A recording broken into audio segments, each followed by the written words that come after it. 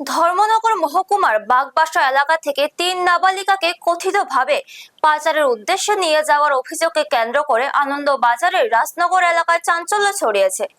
মঙ্গলবার রাতে প্রায় 11টা নাগাদ 3 নাবালিকাকে নিয়ে যাওয়ার সময় স্থানীয় বাসিন্দারা এক যুবককে আটক করে পুলিশের হাতে তুলে দেন বলে অভিযোগ। স্থানীয় সূত্রে জানা যায়, বাগবাসা এলাকা থেকে 3 নাবালিকাকে নিয়ে যাওয়ার সময় আনন্দবাজারের রাজনগর এলাকার স্থানীয়দের সন্দেহ হয়। এরপর তারা ওই যুবককে আটক করে আনন্দবাজার নাকা পয়েন্টে কর্তব্যরত পুলিশ কর্মীদের হাতে তুলে দেন। পরে নাকা পয়েন্টের ইনচার্জ নাবালিকাদের ও আটক যুবককে ধর্মনগর মহিলা থানায় পাঠান বলে জানা গেছে।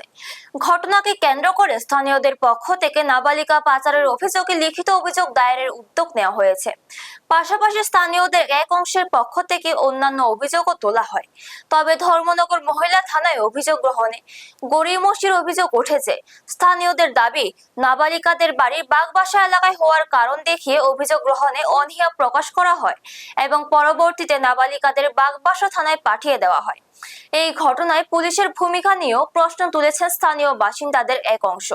তাদের প্রশ্ন, নাবালিকাদের আনন্দবাজারের রাজনগর এলাকা থেকে উদ্ধার করা হলে প্রাথমিকভাবে অভিযোগ গ্রহণ ও তদন্তের ক্ষেত্রে কোন থানার ভূমিকা থাকবে তা স্পষ্ট করা প্রয়োজন। তবে নাবালিকাদের কোথা থেকে কোথায় নিয়ে যাওয়া হচ্ছিল, তাদের সঙ্গে থাকা যুবকের উদ্দেশ্য কি ছিল এবং আদৌ পাচারের কোনো ঘটনা ঘটেছে নাকি তা তদন্তের পরই স্পষ্ট হবে। আটক যুবকের বিরুদ্ধেও অভিযোগ প্রমাণিত না হওয়া পর্যন্ত তাকে দোষী বলা যাবে না। নাবালিকাদের নিরাপত্তা এবং পুরো ঘটনার নিরপেক্ষ তদন্তের দাবি উঠেছে স্থানীয় মহলে। ব্যুরো রিপোর্ট, নিউজ তৎকাল 24।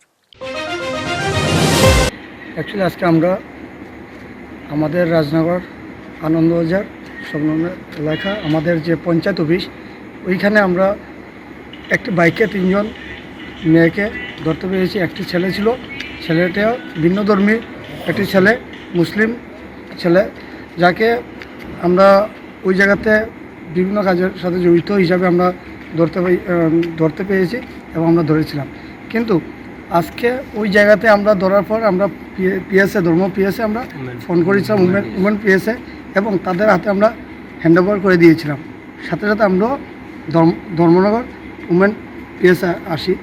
কিন্তু প্রশ্ন হচ্ছে, আজকে আমাদের এই রাজনগর আনন্দবাজার, আমাদের যে আনন্দবাজারের একটা জায়গা, যে স্কুল জীবন্ত স্কুল সংলগ্ন এলাকাতে অনেক অসামাজিক কাজ হয় এবং ওইখানে অনেক ধরনের মতলব ক্রাইমের মতন হয়, যেমন নেশা দরিয়া, ড্রাগস দরিয়া এবং মেয়াবাজি দরিয়া হয়। কিন্তু আজকে ওই যখন আমরা ছেলেটারে ধরি, আমরা ছেলেটারা যখন জিজ্ঞেস করি যে কোথা থেকে এসেছে, তার নাম কি, সে পুরো পরিচয় গোপন রাখে।